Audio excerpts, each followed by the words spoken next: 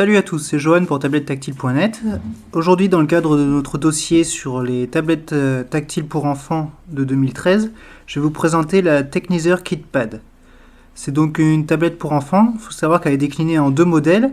Le modèle basique, qui s'appelle simplement KidTab, c'est le modèle bleu, et est disponible à 110 € dans les petits magasins comme Leclerc, Cultura, Furet du Nord, Super U. Et la KidTab Premium à 150 € que je vais vous présenter aujourd'hui, qui est disponible sur la Fnac et la Fnac.com. Alors donc cette KidTab Premium, à quoi elle ressemble? Alors, voici la boîte.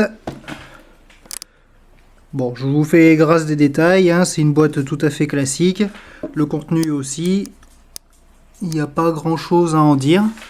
On va s'intéresser directement à la tablette. Donc le modèle Premium, c'est donc un modèle 7 pouces qui est fourni avec une housse de protection. Alors comme vous voyez, c'est une housse qui est renforcée sur les bords, hein, c'est du silicone. Donc, la housse est pas mal, elle est ouverte sur les haut-parleurs, elle est ouverte aussi au niveau de la connectique et au niveau des boutons. Donc la caméra aussi, pareil, hein, c'est ouvert, il n'y a pas de problème, au niveau des accès c'est bien fait. Bon, je regrette quand même que la housse aurait gagné à être un peu plus épaisse pour les protections. Parce que face à la housse que j'ai pu voir sur la tablette MemUp SlidePad Kids, ça fait un peu léger quand même. Bon, après elle a quand même l'intérêt d'être là. A savoir qu'elle n'est disponible que sur le modèle Premium. Le modèle basique, il faudra acheter une housse à part. Donc ensuite, au niveau des spécifications, c'est donc du 7 pouces avec un écran de 1024 par 600 capacitif, avec un processeur monocore Rockchip 2928, c'est du Cortex A9, et 1 Go de RAM en DDR3, et on a 4 Go de stockage.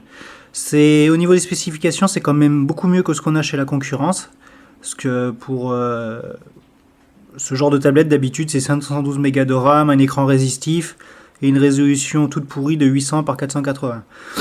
Donc au niveau des spécifications, c'est quand même un peu plus costaud, et ça se voit aussi à l'utilisation. Alors je vais d'abord vous montrer.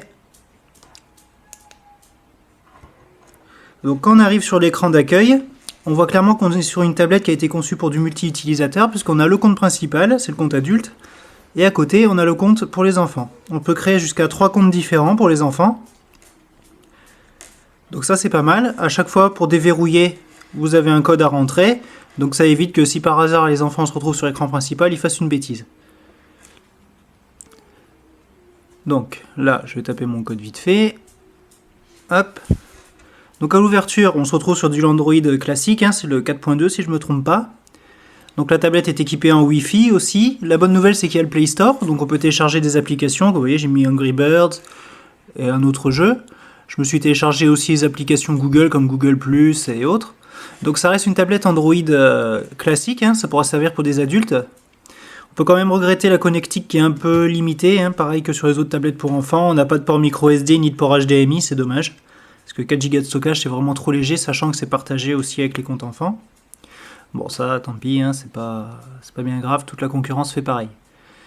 Donc pour ce qui est de l'interface parent, donc c'est de l'Android classique, qu'on peut régler aussi. Voilà. Donc là, c'est pour ajouter des comptes. J'en ai déjà créé un. Voilà. Alors les comptes, hein, c'est super simple à créer, c'est ça qui est très bien. On rentre simplement le sexe, la date de naissance, on choisit un mot de passe et hop, le compte est créé. Donc on peut en créer 3 comme ça. C'est super intuitif, très facile. Franchement, là, il y a eu du bon boulot. Donc maintenant, on va voir un peu l'interface enfant, parce que c'est ce qui nous intéresse. Voilà, donc on va sur l'interface enfant. Donc il va nous proposer pareil, le mot de passe pour l'enfant. Voilà.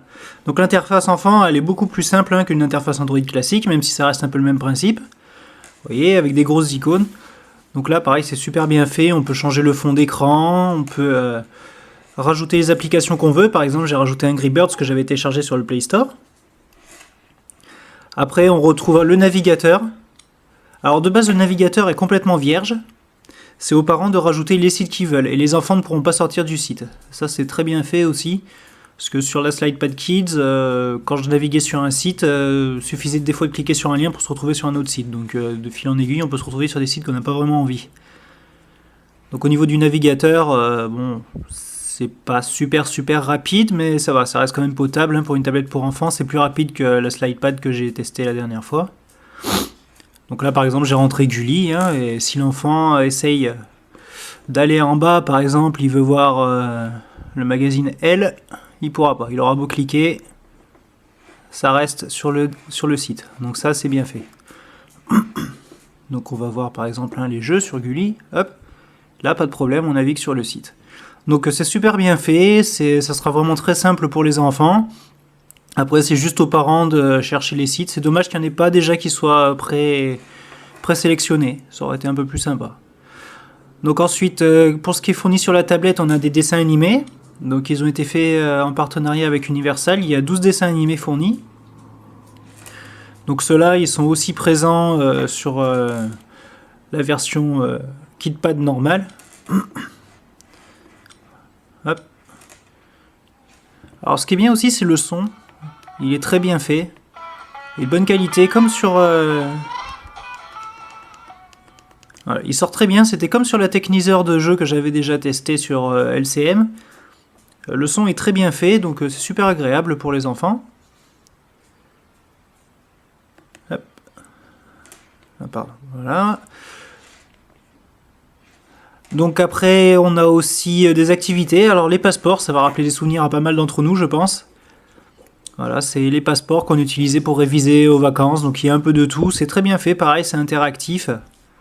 Ça va progressivement, je trouve que c'est super. Franchement, pour les enfants, c'est chouette qu'il y ait cette licence, hein, parce qu'elle est vraiment bien faite. Vous voyez, c'est tout en petite animation, c'est franchement super sympa. Donc il y a ça va de la grande section au CE2 si je me trompe pas. On peut aussi, donc il y a les révisions pour les additions. Pareil, donc avec Hachette. Alors à savoir que sur la version premium, c'est en version intégrale, tandis que sur la version basique, c'est du freemium. Donc faut s'attendre à avoir des publicités qui traînent un peu partout et du payant pour pouvoir accéder vraiment à toute l'application. Donc c'est dommage que c'est dommage quand même que sur l'autre version il n'y ait que du freemium. Donc voilà, donc après par exemple, hein, on peut rajouter des applications comme je disais, là je vais vous montrer Angry Birds. Ça marche très bien contrairement à ce que j'avais eu sur la SlidePad de Memup. Ici, les applications se rajoutent très facilement, on peut aussi gérer le temps de jeu, comme sur la SlidePad hein, qui fonctionnait avec Potati, je le rappelle. Là c'est vraiment du multi-utilisateur pur, c'est pas juste une application tierce qui gère ça, donc c'est super. Vous voyez. Alors après au niveau des performances, hein, comme je disais c'est du monocore, ça reste quand même assez light, mais l'écran réagit plutôt bien. Voilà. Donc il y a de quoi quand même s'éclater avec les gosses, et même un adulte peut passer quelques petites heures de jeu là-dessus quoi.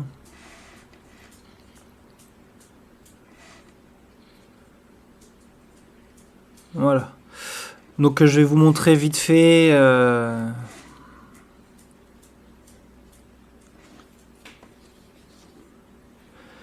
alors voilà, donc là on a les paramètres du compte. Bon, vous pouvez les effacer aussi, parce que si l'enfant vient cliquer dessus, c'est pour régler la luminosité, le wifi, le volume, il faudrait pas qu'il se coupe le wifi, ça serait dommage, hein, il pourrait plus accéder à son navigateur. Vous voyez, après on peut avoir des fonds d'écran, hein, c'est super simple à mettre en place, hop, on clique, on peut les supprimer, en acheter, donc c'est super bien fait. Non, franchement, je trouve que c'est une tablette qui est vraiment très bien faite pour les enfants. C'est du tout bon, hein. Franchement, il n'y a pas grand chose à lui reprocher.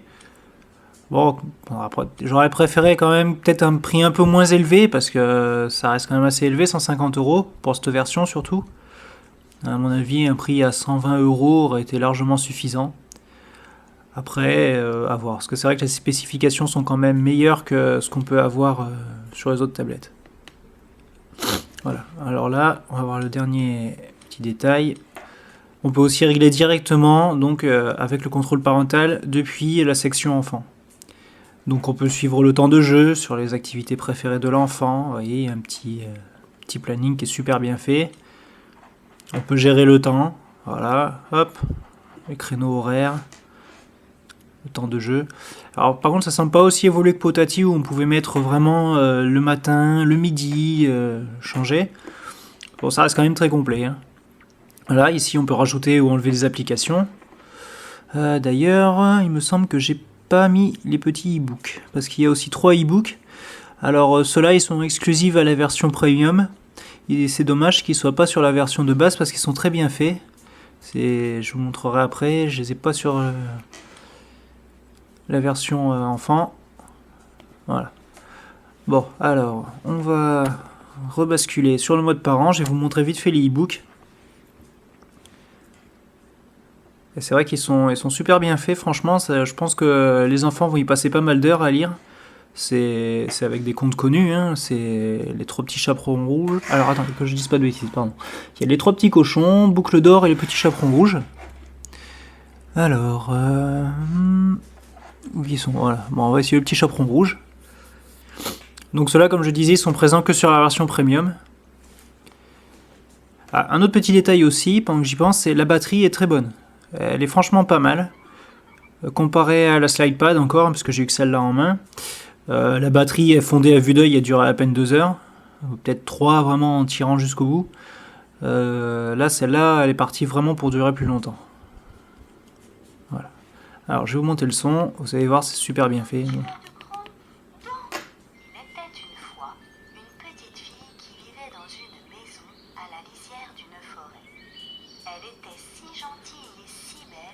Vous voyez, donc d'un côté on a la petite animation, on a le texte audio hein, qui est lu à voix haute, on a aussi l'indication des mots qui défilent. Donc franchement je trouve que c'est super sympa, c'est vraiment bien fait, et c'est très agréable je pense pour les enfants. J'ai pas de gosse pour tester sous la main, mais je pense qu'il s'éclaterait avec. Voilà. Donc franchement, voilà, c'est quand même une bonne tablette. Comme je disais, ça peut aussi servir à un adulte, hein, puisque c'est assez exploitable, malgré des spécifications un peu légères. Donc voilà.